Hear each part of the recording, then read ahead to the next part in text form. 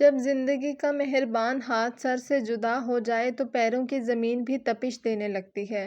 ایسی صورتحال میں جب آگے پیچھے کوئی نہ ہو، اس وقت کسی کی ٹھنڈی ہوا کا جھونکا بننا ہمیں ساری عمر کے لیے ایک ایسے دھوکے میں مبتلا کر دیتا ہے کہ جس سے پیچھا چھڑانا بہت ہی مشکل ہو جاتا ہے۔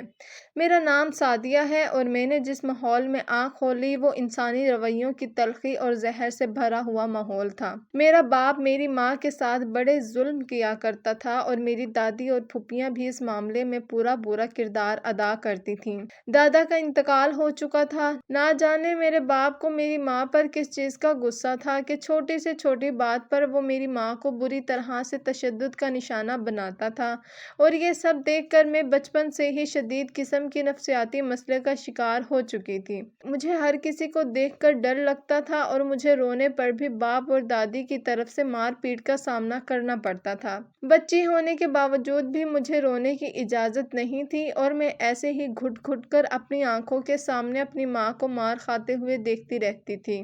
میں 4 سال کی تھی اور مجھے یاد ہے کہ میری ماں اس وقت حاملہ تھی۔ اس کے باوجود بھی میرا باپ میری ماں کو مارنے سے باز نہیں آتا تھا۔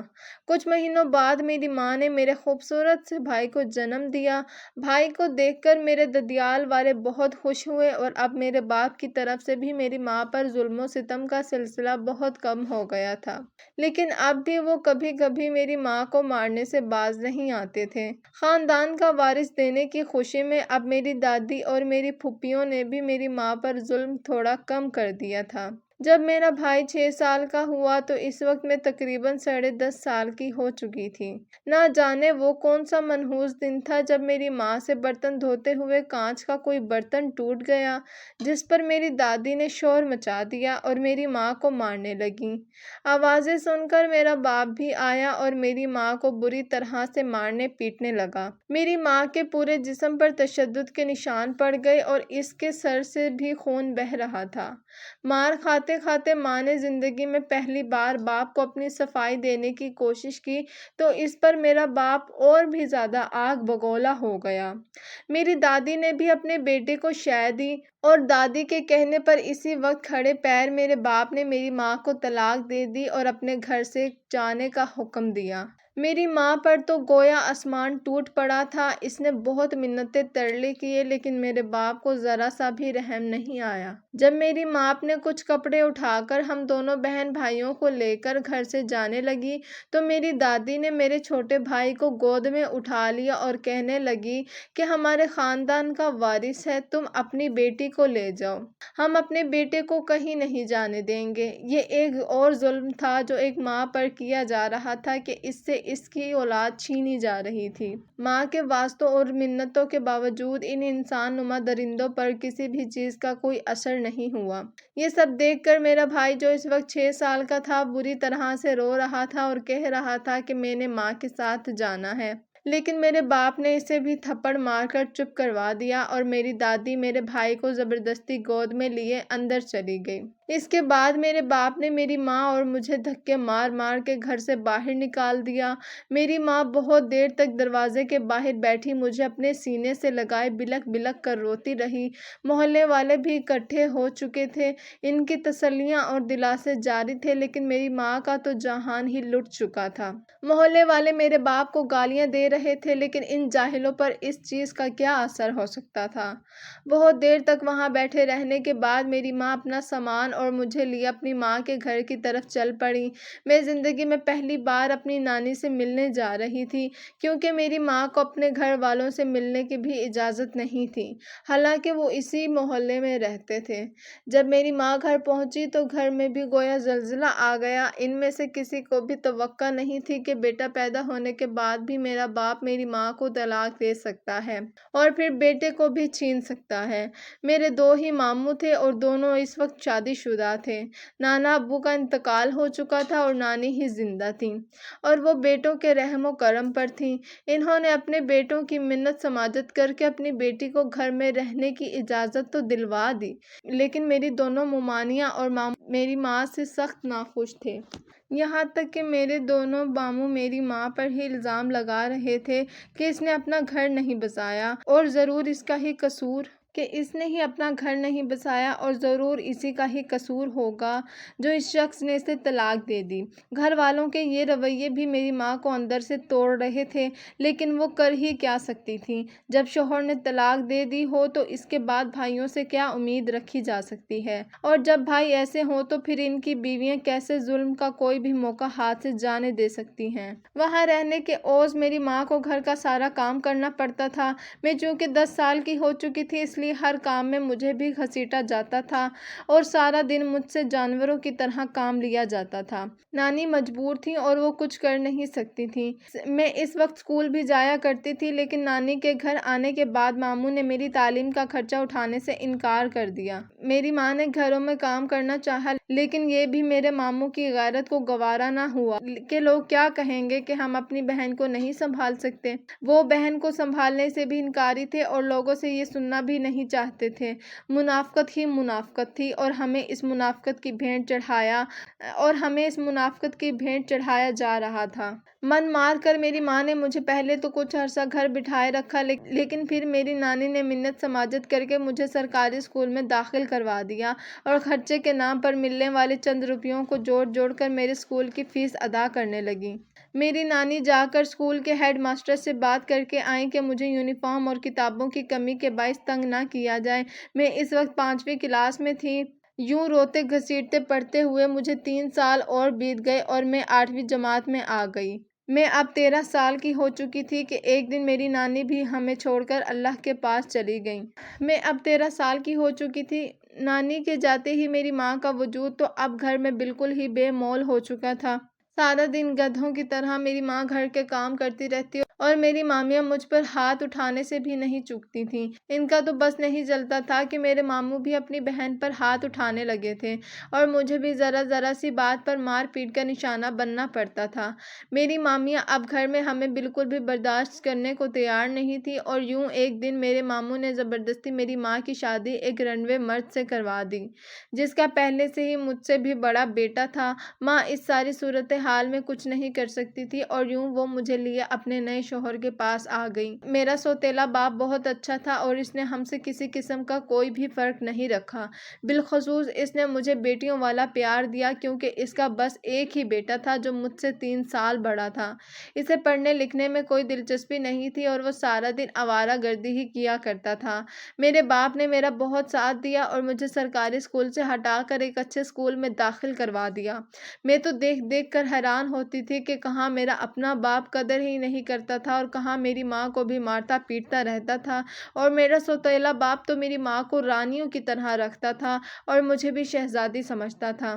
اس دنیا میں انسانوں کے کتنے رنگ ہوتے ہیں، یہ سب میں آہستہ آہستہ جان رہی تھی۔ اب تک میں نے رشتوں کی ناقدریاں ہی دیکھی تھی اور پہلی بار کسی گھر میں عورت کی قدر ہوتے ہوئے دیکھ رہی تھی۔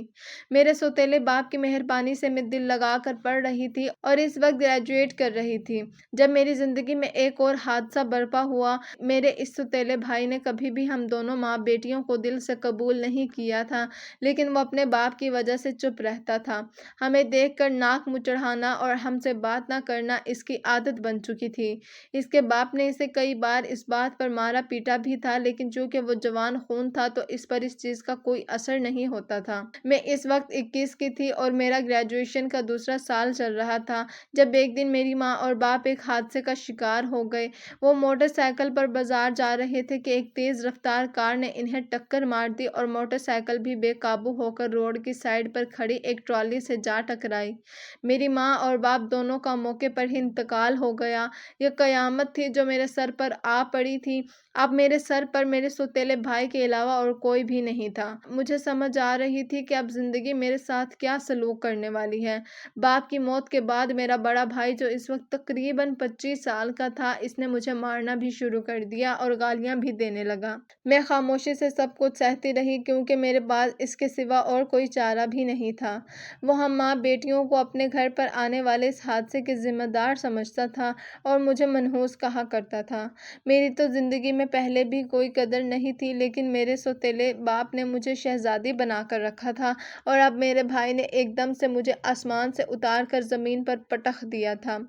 میں تو اسے اپنا بھائی ہی سمجھتی تھی، بھلے ہی وہ سوتیلا تھا، لیکن اس نے مجھے کبھی بھی اپنی بہن تسلیم نہیں کیا تھا۔ باپ کی وفات کے بعد میرے سوتیلے باپ کی وہ چھوٹی سی کریانے کی دکان میرے بھائی کے قبضے میں آ گئی، جس نے ساری زندگی کوئی کام ہی نہیں کیا تھا۔ اب چونکہ سر پر روکنے ٹوکنے والا باپ موجود نہیں تھا تو وہ آہستہ آہستہ بری صحبت کا شکار ہوتا چلا گیا، اور ایک سال میں جوئے جیسی لت میں پڑ کر اس نے وہ پوری دکان برباد کر دی، یہاں تک کہ وہ گھر بھی بیچنا پڑا۔ اب ہم اسی گھر میں، جو میرے سوتیلے باپ کی ملکیت تھا، بطور کرایہ دار رہ رہے تھے، لیکن میرے بھائی نے اس سب سے کوئی سبق نہیں سیکھا تھا اور اس کے جوئے کا سلسلہ برابر جاری تھا۔ گھر کے حالات ایسے ہو چکے تھے کہ اب کئی دن کھانے پینے کو بھی کچھ نہیں ملتا تھا۔ میری پڑھائی مکمل ہو چکی تھی اور اب مجھے اپنے رزلٹ کا انتظار تھا۔ گھر کے حالات سے مجبور ہو کر میں نے بھائی سے جاب کرنے کی اجازت مانگی تو اس نے مجھے اجازت تو دے دی، لیکن میری طرف دیکھنا بھی گوارا نہیں کیا۔ میں ایک اسکول میں بطور ٹیچر بھرتی ہو گئی۔ وہاں پر میری تنخواہ تو اچھی تھی، لیکن مجھے ڈر تھا کہ میری تنخواہ کو بھی میرا بھائی جوئے کی لت میں اڑا نہ دے۔ ابھی تک یہ میرا ڈر ہی تھا، اور یہ ڈر بے وجہ بھی نہیں تھا۔ جو میں سوچ رہی تھی ویسا ہی ہوا، اور جب مجھے میری تنخواہ ملی تو وہ سارے پیسے مجھ سے میرے بھائی نے چھین لیے، بلکہ وہ ان پیسوں کو دیکھ کر بھی غصے میں آ گیا اور کہنے لگا کہ پورے مہینے کی محنت کے بدلے اتنے تھوڑے پیسے کیوں لائی ہو؟ میں اسے بھلا کیا کہتی جو بالکل ہی بے حس اور بے غیرت ہو چکا تھا، اور اسے کسی بھی بات سے کوئی فرق نہیں پڑتا تھا۔ اس لیے میں خاموش رہی۔ جب میرے پورے مہینے کی محنت میرے بھائی نے چھین لی تو میں نے ساتھ ہی ساتھ ٹیوشن پڑھانے کا سلسلہ بھی شروع کر دیا۔ اب ٹیوشن والے بچوں کو میں نے کہہ دیا تھا کہ وہ مجھے گھر میں فیس نہ دیں۔ میں نے ان ٹیوشن پڑھنے والے بچوں کے ماں باپ سے بات کی اور انہیں اپنی فیس کے بدلے گھر کا تھوڑا بہت راشن دینے کا کہہ دیا، تاکہ میرے گھر کا سلسلہ چلتا رہے۔ تنخواہ کا بھی میں نے یہ حساب رکھا کہ اگلے مہینے سے میں نے آدھی تنخواہ ایک کمیٹی میں دینا شروع کر دی اور آدھی تنخواہ ہی گھر لانے لگی۔ میں نے بھائی کو نہیں بتایا تھا کہ میں نے اب ایسا کرنا شروع کر دیا ہے۔ اسے بس اتنا ہی کہا تھا کہ کالج والوں نے مالی معاملات کی وجہ سے تنخواہ کم کر دی ہے۔ اس پر میرے بھائی کو غصہ تو بہت آیا، لیکن مفت کے ہاتھ آتے پیسے اسے برے نہیں لگ رہے تھے۔ میں نے بینک میں اپنا اکاؤنٹ کھلوا لیا تھا اور 2-3 کمیٹیوں کے پیسے جو مجھے ملے تھے اب وہ وہاں پر جمع ہو رہے تھے۔ میں جانتی تھی کہ میرے بھائی سے مجھے کچھ بھی نہیں ملے گا، اس لیے میں نے اپنے لیے جو کچھ بھی کرنا تھا اپنے ہی بل بوتے پر کرنا تھا۔ مجھے جاب کرتے ہوئے 3 سال ہو چکے تھے اور ٹیوشن کی مدد سے آنے والے راشن کی وجہ سے گھر کا کھانا پینا چل رہا تھا۔ بچے ہوئے پیسوں سے میں گھر کا کرایہ بھی دے دیا کرتی تھی۔ میرا بھائی بالکل ہی بے غیرتی سے اپنی ہی بہن کی کمائی پر پل رہا تھا اور اس کی کمائی کو بھی جوئے میں اڑا رہا تھا۔ یہ سلسلہ جاری رہا یہاں تک کہ میرے بھائی کے سر پر بہت سارا قرضہ چڑھتا چلا گیا۔ میں اسے اپنا بھائی ہی مانتی تھی اور اس کا خیال بھی رکھتی تھی، لیکن میرا بھائی مجھ سے گالی کے بغیر بات ہی نہیں کرتا تھا۔ میری بھی مجبوری تھی، کیونکہ اب اس بری دنیا میں میرا کوئی بھی نہیں تھا جو میرے سر پر ہاتھ رکھتا۔ قرض کی وجہ سے بھائی اب زیادہ تر گھر میں ہی رہنے لگا اور اسے جوا کھیلنے کے لیے پیسے نہیں ملتے تھے۔ میرے ہر مہینے آنے والے تھوڑے بہت پیسے اس کے قرضوں میں ہی چلے جاتے تھے۔ پھر بھی بھائی ادھر ادھر سے قرضے پکڑ کر جوا کھیلتا۔ گھر میں رہنے کی وجہ سے اب وہ مجھے کئی بار تشدد کا نشانہ بھی بنا چکا تھا۔ آخر ایک دن ساری حدیں پار ہو گئی جب جوئے خانے کے گنڈے اپنا قرضہ وصول کرنے کے لیے گھر کے دروازے پر آ پہنچے۔ جب بھائی نے ان سے تھوڑا مدد مانگا تو وہ بھائی کو مارتے پیٹتے اندر گھس آئے اور ان کی نظر مجھ پر پڑ گئی۔ انہوں نے مجھے بھی بالوں سے پکڑ لیا اور بھائی سے کہنے لگے، اگر قرضہ نہیں دے سکتا تو پھر اپنی بہن ہمارے حوالے کر دے۔ میں بے شک اس کی سوتیلی بہن ہی تھی، لیکن یہ بات سن کر بھائی کو غصہ آیا اور وہ ان سے لڑنے لگا۔ انہوں نے بھائی کو دھمکی دی کہ اگر تم نے 1 مہینے میں پیسے واپس نہ کیے تو ہم تمہاری بہن کو اٹھا کر لے جائیں گے اور تمہیں بھی گولی مار دیں گے۔ یہ کہہ کر وہ لوگ چلے گئے۔ پہلی بار میں نے بھائی کے اوپر گزرنے والی مصیبت کا اندازہ کیا اور میرے اندر کی بہن کی محبت بیدار ہو گئی اور میں اپنی زندگی کی سب سے بڑی غلطی کر بیٹھی۔ میں نے بھائی سے پوچھا کہ قرضے کی رقم کتنی ہے، تو پہلے تو اس نے میرا مذاق اڑایا اور مجھے گالیاں دینے لگا، پھر ایک دم سے تھک ہار کر زمین پر بیٹھ گیا۔ وہ مجھ سے نفرت تو کرتا تھا، لیکن جانتا تھا کہ میں اس کی ذمہ داری ہوں۔ بے شک وہ اپنی ذمہ داری نبھا نہیں رہا تھا۔ بھائی میرے پاس پیسے بہت زیادہ ہیں،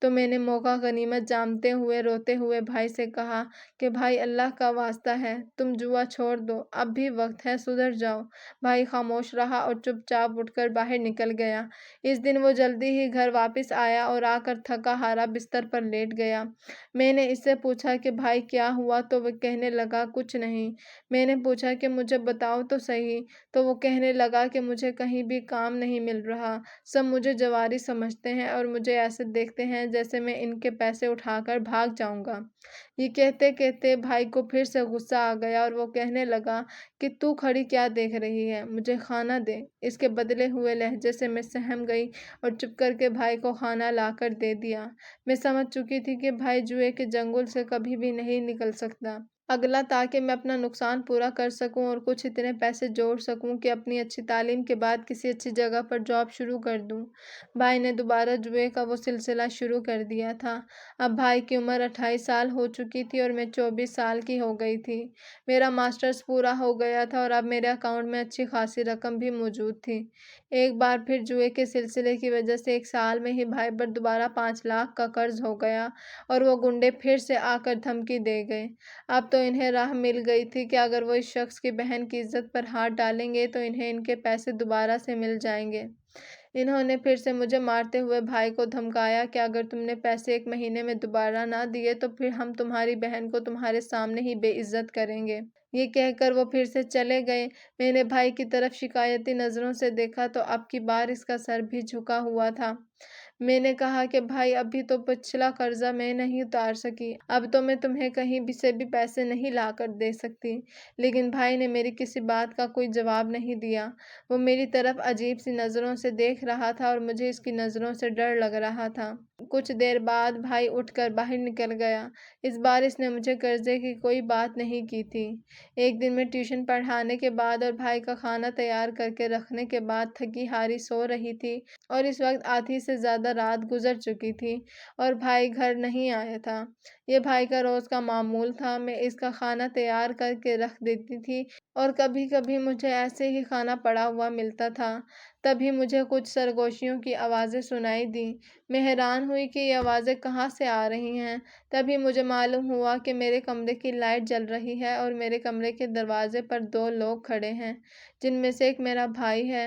میں بہت ڈر گئی تھی اور سونے کی ایکٹنگ کرتے ہوئے ان کی باتیں سننے لگی۔ بھائی اس شخص کو کہہ رہا تھا کہ دیکھ لو یہی ہے وہ لڑکی۔ یہ سن کر میں نے دوسرے شخص کی طرف دیکھا تو وہ نہایت ہی بھوکی نظروں سے میری طرف دیکھ رہا تھا۔ اس کے بعد بھائی نے لائٹ بند کر دی اور وہ دونوں گھر سے باہر نکل گئے۔ میں دبے قدموں اٹھی اور گھر کے دروازے تک آئی تو وہ دونوں گھر کے دروازے کے باہر کھڑے باتیں کر رہے تھے۔ اس شخص نے بھائی سے وعدہ کیا کہ میں تمہیں 15 لاکھ دوں گا، بس تم کسی دن اس طرح اپنی بہن کو کوئی نشہ دے کر بے ہوش کر دو اور اسے یہاں سے لے جانا میرا کام ہوگا۔ یہ سن کر میرے پورے جسم میں سرد لہریں دوڑ گئیں کہ کل تک میری عزت کے لیے ان گنڈوں سے لڑنے والا بھائی آج مجھے ہی فروخت کر کے پیسے کمانا چاہ رہا تھا۔ میرے پورے وجود میں نفرت کی چنگاریاں بھڑک اٹھی تھیں، لیکن میں جانتی تھی کہ میں کمزور اور لڑکی ذات ہوں اور کچھ نہیں کر سکتی۔ بھائی اس شخص سے کہہ رہا تھا کہ ٹھیک ہے تم کل ہی آ جاؤ، اس کو تو بے ہوش کرنا کوئی مسئلہ ہی نہیں ہے، میں تو اسے مار پیٹ کر بھی بے ہوش کر دوں گا۔ میں سمجھ گئی کہ اب میری عزت کی کوئی خیر نہیں۔ اس کے بعد وہ شخص چلا گیا اور بھائی بھی واپس آ کر لیٹ گیا۔ میں اس سے پہلے ہی اپنے کمرے میں جا چکی تھی۔ وہ پوری رات میری بے چینی سے کروٹیں بدلتے ہوئے گزری۔ اگلے دن میں کالج گئی تو میں نے منت سماجت کر کے جتنے پیسے اب تک کمیٹیوں کی مد میں جمع کروائے ہوئے تھے وہ کمیٹیاں نکلنے سے پہلے ہی واپس لے لیے اور جرمانے کے طور پر اس نے کچھ رقم بھی ادا کر دی۔ وہ سارے پیسے میں نے اپنے بینک اکاؤنٹ میں جمع کروا دیے۔ اب میں اس گھر سے بھاگنا چاہتی تھی جہاں پر میری عزت اور زندگی کی بولی لگ رہی تھی۔ گھر جاتے ہوئے راستے میں ایک میڈیکل سٹور پر رکی اور وہاں سے اپنے منصوبے کو پورا کرنے کے لیے کچھ چیزیں بھی لیں۔ گھر واپس آئی تو بھائی گھر میں ہی بیٹھا میرا انتظار کر رہا تھا۔ آج اس کا لہجہ معمول سے کہیں زیادہ نرم تھا اور مجھ سے نارمل ہی بات کر رہا تھا۔ میں جانتی تھی کہ یہ سب کچھ دکھاوا ہے۔ بھائی کہنے لگا کہ تم کھانا بناؤ، میں تمہارے لیے دودھ جلیبی لے کر آتا ہوں۔ یہ زندگی میں پہلی بار تھا کہ بھائی نے مجھے باہر سے کچھ لا کر دینے کا کہا۔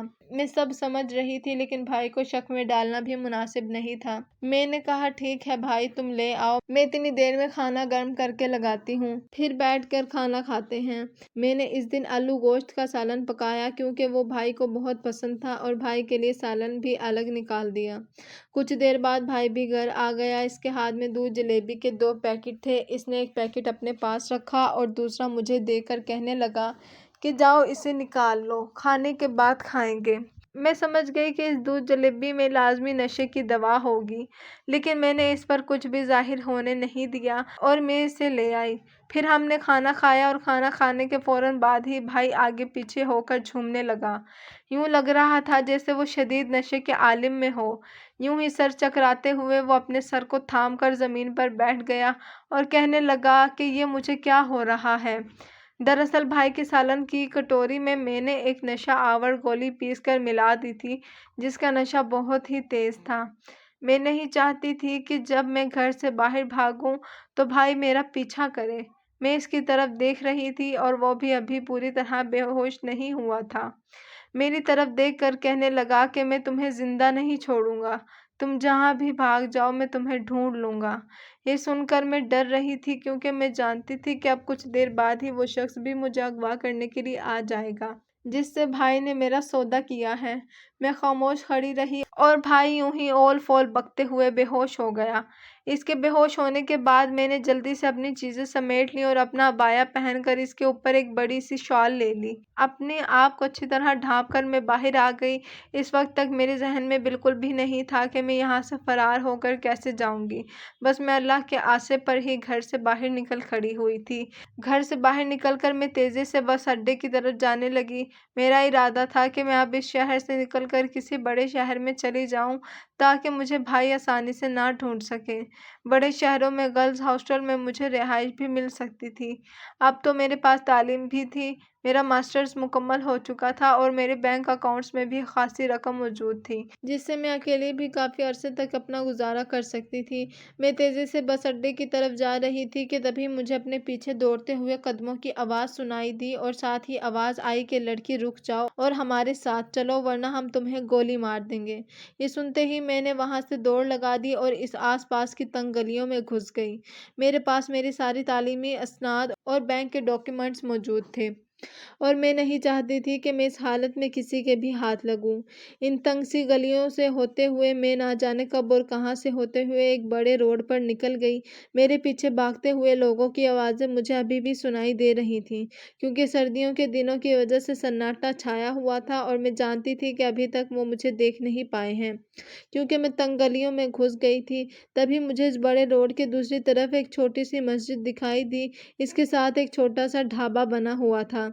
میں تیزی سے ایک لمبا چکر کاٹ کر اس ڈھابے کے عقب میں چلی گئی۔ تبھی میں نے ڈھابے میں داخل ہوتے ہوئے دیکھا، وہ تعداد میں کچھ 6-7 لوگ تھے اور ان کے ہاتھ میں پسٹلز بھی تھیں۔ وہ شکاری کتوں کی طرح مجھے ڈھونڈ رہے تھے۔ میں ڈھابے کی اب کی دیوار سے سب کچھ دیکھ رہی تھی۔ یہ سب دیکھ کر مجھے شدید ڈر لگ رہا تھا۔ تبھی مجھے مسجد کا خیال آیا اور میں وہاں سے مسجد کی عقبی طرف چلی گئی۔ مسجد کی دیواریں نیچے سے تھیں، اسی لیے میں مسجد کے اندر داخل ہو کر وہاں پر پڑے ہوئے لکڑی کے بڑے سے منبر کے نیچے گھس گئی۔ وہاں چھپ کر بیٹھ گئی۔ میں سانسیں بھی آہستہ آہستہ لے رہی تھی کیونکہ مجھے معلوم تھا کہ وہاں سے ناکام ہو کر وہ لوگ مسجد میں بھی دیکھنے ضرور آئیں گے، اور وہی ہوا، وہ لوگ مسجد میں بھی آ گئے۔ کچھ دیر بعد وہ لوگ وہاں سے ناکام ہو کر واپس چلے گئے۔ جب میں وہاں سے نکلنے کا ارادہ کر رہی تھی تو مسجد کے دروازے کے سامنے ایک ٹرک آ کر رکا اور میں ڈر کے مارے پھر دبک گئی۔ اس ٹرک میں سے بس ایک آدمی ہی نیچے اترا، حلیے سے وہ کوئی ڈرائیور ہی لگ رہا تھا۔ وہ سرخ دراز قد خوبصورت شخص تھا، میں بھی تقریباً ایسی ہی تھی۔ اللہ نے مجھے حسن بھی دیا تھا اور میرا قد بھی لمبا تھا، لیکن اس وقت ان چیزوں پر غور کرنے کا وقت ہی کس کے پاس تھا۔ وہ ٹرک ڈرائیور حلیے سے بہت ہی شریف آدمی لگ رہا تھا اور عام ٹرک ڈرائیوروں کی طرح اس کے حلیے میں کوئی بھی بری بات نہیں تھی۔ مسجد کے اندر آ کر اس شخص نے اپنے جوتے وغیرہ اور جیکٹ اتاری اور وضو خانے کی طرف چلا گیا۔ میں مسجد کی دیواروں کی آڑ لیتی ہوئی باہر نکل گئی، تبھی میری اس کے ٹرک پر نظر پڑی جس میں وہ آیا تھا۔ اس پر اسی بڑے شہر کا نام لکھا ہوا تھا جہاں جانے کا میرا پروگرام تھا۔ میں نے ادھر ادھر دیکھا تو مجھے کوئی نظر نہیں آیا۔ اس کے بعد میں چپکے سے ٹرک میں چڑھی اور اس کے ڈاکومنٹس کا جائزہ لیا تو مجھے معلوم ہوا کہ یہ ٹرک واقعی اسی بڑے شہر میں جا رہا ہے جہاں پہ میں جانا چاہتی ہوں۔ تبھی میرے ذہن میں خیال آیا کہ مجھے ڈھونڈنے میں ناکام ہو کر وہ لوگ واپس اڈوں پر بھی جائیں گے، اسی لیے مجھے وہاں بھی خطرہ ہوگا۔ البتہ ٹرک کو کوئی بھی چیک نہیں کرے گا اور اس ٹرک میں بڑے آرام سے اس بڑے شہر تک جا سکتی تھی۔ لیکن مسئلہ یہ تھا کہ یہ ڈرائیور تو مجھے کسی بھی صورت ٹرک میں سوار نہ کرتا۔ میں مایوس ہو رہی تھی کہ تبھی ڈرائیور کی سیٹ کے پیچھے بنے ہوئے ایک چھوٹے سے کیبن پر میری نظر پڑی۔ وہاں پر ایک بستر بچھا ہوا تھا۔ میں سمجھ گئی کہ یہ ٹرک ڈرائیور کے لیے راستے میں آرام کرنے کی خاطر بنایا گیا ہے۔ میں اس میں داخل ہوئی تو میں نے دیکھا کہ اس کی عقبی دیوار پر ایک اور چھوٹا سا دروازہ بنا ہوا ہے۔ میں نے اسے کھولا کہ یہ ٹرک کا پچھلا حصہ ہے جہاں پر سامان لوڈ کیا جاتا ہے۔ وہ کپڑوں کے بڑے بڑے سے بنڈل تھے اور ان کے درمیان میں تھوڑی بہت جگہ بھی موجود تھی۔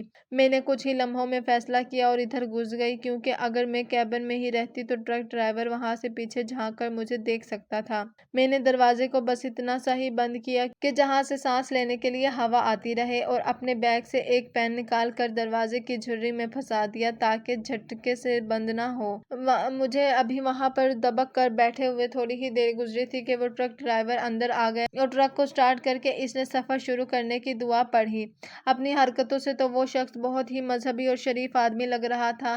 پھر اس نے اپنی جیب سے بٹوا نکالا اور پیچھے کیبن میں پھینک دیا۔ میرا دل تو چاہا کہ میں اس کا بٹوا اٹھا کر دیکھوں کہ اس شخص کے کوائف کیا ہیں اور یہ کہاں سے آیا ہے، لیکن میری ہمت نہ پڑی کہ کہیں میں پکڑی گئی تو یہ شخص مجھے ٹرک سے باہر نکال دے گا، اس لیے میں وہیں پہ سہمی دبکی بیٹھی رہی۔ اتنی دیر میں اس شخص کو کسی کا فون آیا تو اس کی باتوں سے اندازہ ہوا کہ میرا خیال درست ہے، وہ اسی بڑے شہر جا رہا ہے جہاں پہ میں نے جانا تھا۔ اب میں دبک کر وہیں بیٹھی رہی اور اس شخص نے ٹرک سٹارٹ کر کے باہر نکال لیا۔ راستے میں ایک ڈھابے پر رک کر اس نے کھانا بھی پیک کروایا۔ اس دوران شخص عام ٹرک ڈرائیوروں کی طرح نیچے اتر کر سگریٹ، چائے وغیرہ کے لیے بھی نہیں گیا تھا۔ کھانا آ گیا، اس نے ٹرک میں بیٹھے بیٹھے ہی کھانا کھایا اور بچا ہوا کھانا اس نے کیبن میں رکھ دیا۔ ابھی تک اس کو پچھلا دروازہ چیک کرنے کا خیال نہیں آیا تھا، نہ دروازے کی جھرری پر اس کی نظر پڑی تھی، اس لیے میں سکون سے وہیں پر دکھی بیٹھی تھی۔ کھانا دیکھ کر میری بھی بھوک چمک اٹھی، کیونکہ میں نے بھی بہت دیر سے کچھ کھایا نہیں تھا اور مسلسل بھاگ دوڑ میں مصروف رہی تھی۔ بہت دیر تک تو مجھے ادھر ادھر اپنی جان بچانے کے لیے بھاگنا بھی پڑا تھا، لیکن میں وہ بچا کھانا اٹھا نہیں سکتی تھی، کیونکہ اس سے تو اس شخص کو پورا شک ہو جاتا۔ اللہ کو یاد کرتے ہوئے وہیں پر بیٹھی رہی۔ اب ٹرک شہر سے نکل کر ہائی وے پر دوڑ رہا تھا۔ میں دروازے سے جھانکتے ہوئے دیکھ رہی تھی کہ اب اس بڑے شہر کے آثار شروع ہو رہے ہیں۔ تبھی شہر کے قریب آنے کی وجہ سے ٹریفک ایک دم سے زیادہ بڑھ گئی اور اس نے کسی جگہ پر ٹرک کو روکنے کے لیے زور سے بریک لگائی تو میں جو دروازے سے آنکھیں لگائے باہر کے منظر دیکھنے میں مصروف تھی، مجھے زور سے جھٹکا لگا اور میرے حلق سے چیخ نکل گئی۔ میرے بہت سے دروازہ کھلا اور لڑکتی ہوئی کیبن میں آ گری۔ میری چیخ سن کر وہ شخص بھی پریشان اور حیران ہو گیا اور ایک دم سے ٹرک کو سائڈ پہ کرتے ہوئے اٹھ کر پچھلے کیبن میں آیا اور لائٹ جلائی۔ مجھے دیکھ کر وہ حیران اور پھٹی پھٹی آنکھوں سے میری طرف دیکھ رہا تھا کہ میں آخر اس کے ٹرک میں کب اور کہاں سے آ گھسی۔ وہ مجھ سے پوچھنے لگا کہ تم کون ہو اور ٹرک میں کیسے آئی؟ میں اس کے پاؤں پڑ گئی اور کہنے لگی کہ خدا کا واسطہ ہے مجھے یہاں سے نکلنے کا مت کہنا۔ یہ کہہ کر میں نے اسے اپنی پوری کہانی سنا دی اور تصدیق کے لیے اپنا شناختی کارڈ بھی نکال کر اسے پکڑا دیا۔